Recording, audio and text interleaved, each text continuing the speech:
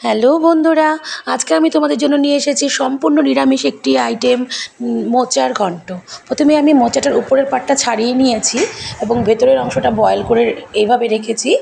তারপর ছোট আলু বয়েল করেও রেডি করে রেখেছি। এবারে আমি ছোট আলুটা ভাজা করে নিচ্ছি সর্ষের তেলে। ভাজা হয়ে গেছে। মোচাটাকে এভাবে কেটে সর্ষের তেলেই ভাজা করে নেব সামান্য একটু নুন দিয়ে। নাড়াচাড়া করে ভাজা করে নিচ্ছি।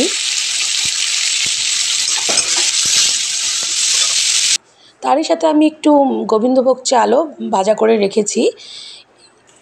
এবারে আমি তেজপাতা, শুকনো লঙ্কা আর জিরে ফোড়ন দিয়ে রান্নাটা শুরু করছি। প্রথমেই আদা বাটা দিয়েছি, তারপর লঙ্কা বাটা,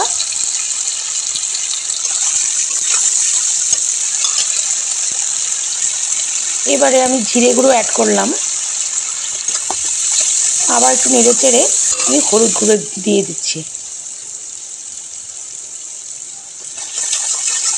মশলাটা একটু কষা কষা হয়ে এলে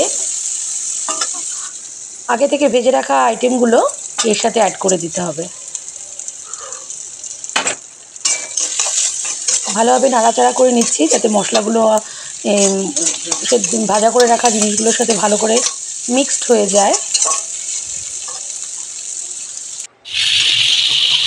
এটা কষা কষা হয়ে এসছে।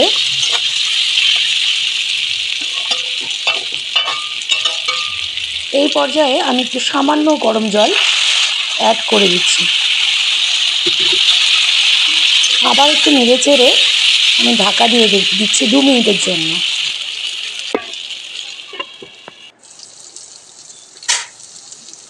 ঢাকা তুলে আমি দুটো কাঁচা লঙ্কা অ্যাড করে দিলাম। আপনারা চাইলে সেটা নাও করতে পারেন।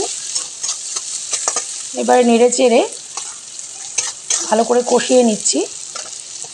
এই দেখুন মশলাটা ভালো করে ভাজা হয়ে গেছে, মশলা থেকে তেল ছাড়ছে। এবারে আমি আগে থেকে গরম জল করে রেখেছিলাম, সেই জলটা আমি অ্যাড করে দিচ্ছি। জলটা একটু বেশি পরিমাণেই অ্যাড করে দিচ্ছি যাতে চালটা ভালো করে বয়েল হয়ে যায়।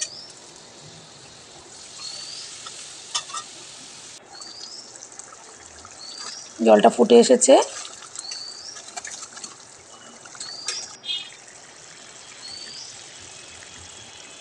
এবারে দেখে নিচ্ছি যে চালটা সেদ্ধ হলো কি না। চালটা সেদ্ধ হয়ে গেছে এবং রেসিপিটি মোটামুটি কমপ্লিট।